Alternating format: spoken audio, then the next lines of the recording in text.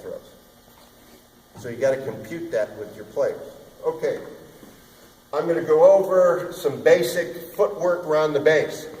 All right, second baseman's there, I'm the shortstop. Whatever the case may be, the first thing you got to teach them, if I'm a middle guy and there's a guy on first and you see a ground ball, I'm going to turn it if it's on my side of the bag. I'm going to sprint to the bag if it's on the other side of the bag. That's it. I'm playing short. Ground ball over there. Bang! I'm going to the bag. If I get there before my second baseman's I'm going to chop.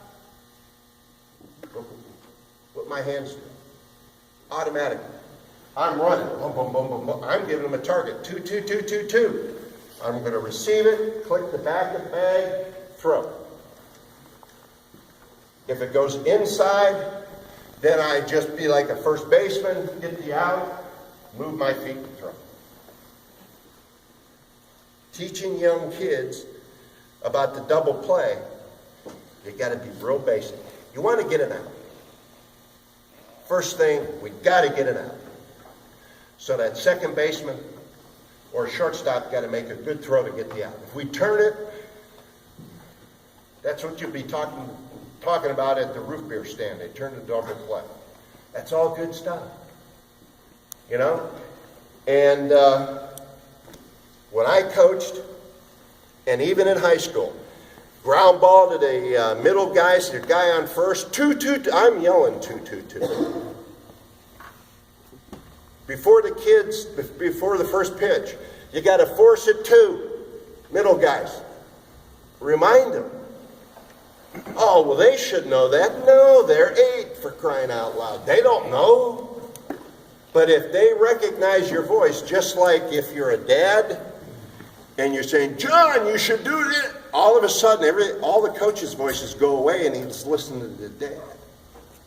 They'll learn the coach's voice, 2, 2, 2, or 1. All right? Your whole infield, if I bobble it at short, I can't have a chance at turning a double play. Everyone, 1, 1, 1. I pick it up, I know, I've got my head down, and I'm making a strike to first base. Give them some verbal directions. I was accused of yelling at my kids. Well, yeah, I yelled at them where to throw the ball. Sorry, Mom. Yeah. But until they know automatically, well, heck, we were yelling at where to throw the ball in high school, for crying out loud. So it's okay. I never stopped telling the kids where the play's at. I never stopped telling them, and I expect them to communicate it to the outfield as well. What grade? I mean, what age? All ages. Okay. All ages. I never stopped coaching.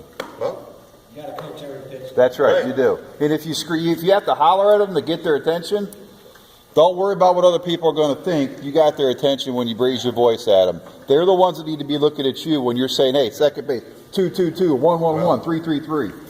I didn't let that bother me either, Right. but I had a meeting with the parents to tell them that's how I was going to coach. Right. I had a meeting with the players knowing I'm going to be yelling at you. I used the word yelling at you so you know where to throw the baseball. Is that okay, fellas? Oh, yeah. And then when I yelled at one first, it's okay. I started coaching my boys when they were like 6. So I had a lot of parents, a lot of moms crying, everything. But anyway, so second baseman. And I'm going to do this so that you can see me behind me. Same thing. Any ground ball on the other side of the bag, I'm sprinting to here. If it's to the shortstop, okay. If it's to the third baseman, I want to be in a different angle, coming from the red line.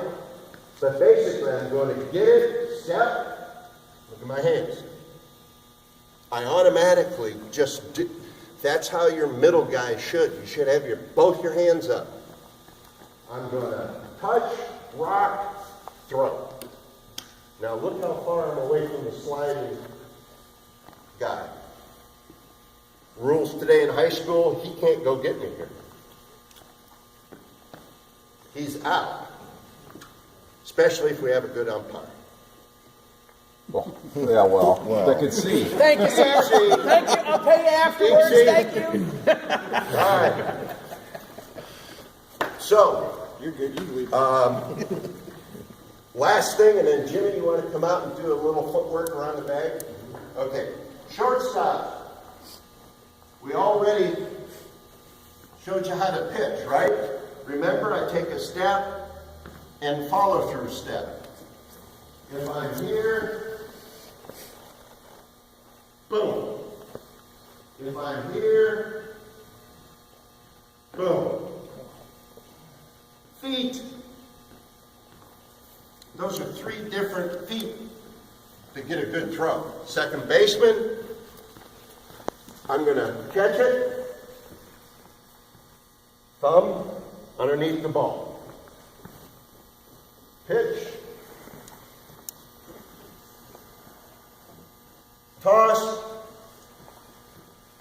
Come all the way here, all the way here. I'm going to get it out. And you got to work with those kids every night on the footwork. Any questions on any of that? Kids pick up bad habits too. You see a lot of those pros. Those guys, before they did all those acrobatic moves like Derek Jeter, they were doing what coach was just showing you. But they got so good, they're just so athletic that they can manage to pull off some. Well, the Indians had one of the best shortstops, defensive shortstops ever. Omar. And he revolutionized how shortstops, he played the ball off his front foot and threw it before his other foot even touched. If you got a kid who can do that, great. But teach him the fundamentals first, right? Omar was Superb. You know, I don't remember seeing anyone better. Jeter was a close second, fielding the ball. Any questions on double play? Here's the other thing. One skill level that's always overlooked. That first baseman and his footwork at first base. The infield's over here so you can watch Jimmy show you his footwork. Thanks, I'm Coach. a little prejudiced to this position, so bear with me for a minute.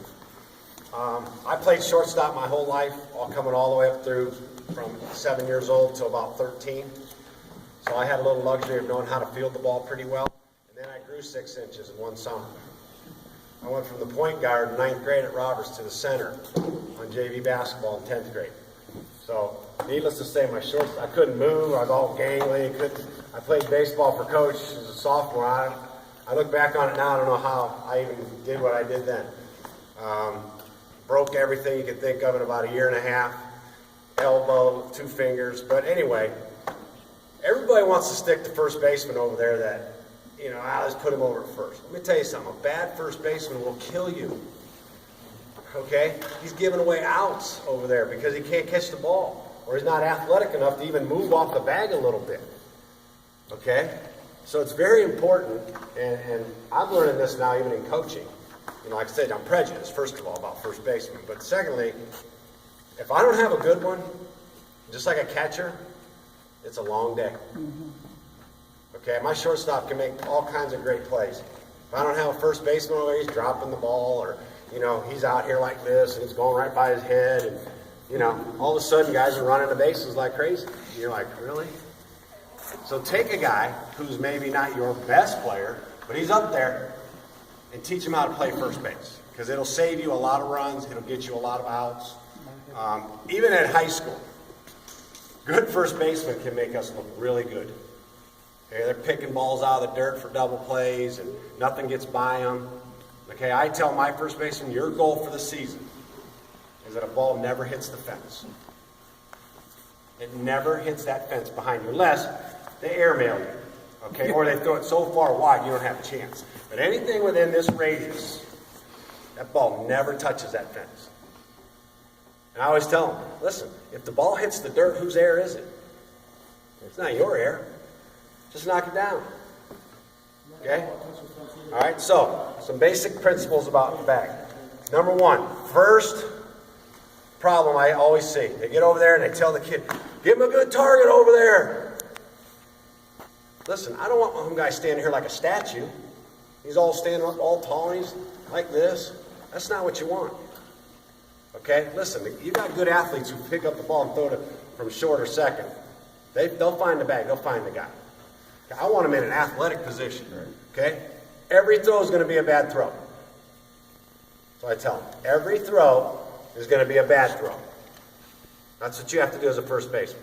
So you get ready for a bad throw, especially from the pitchers. They are the worst. And I know from 30 years of playing there, they'll hit that little routine and right back to the mound, and you better get ready.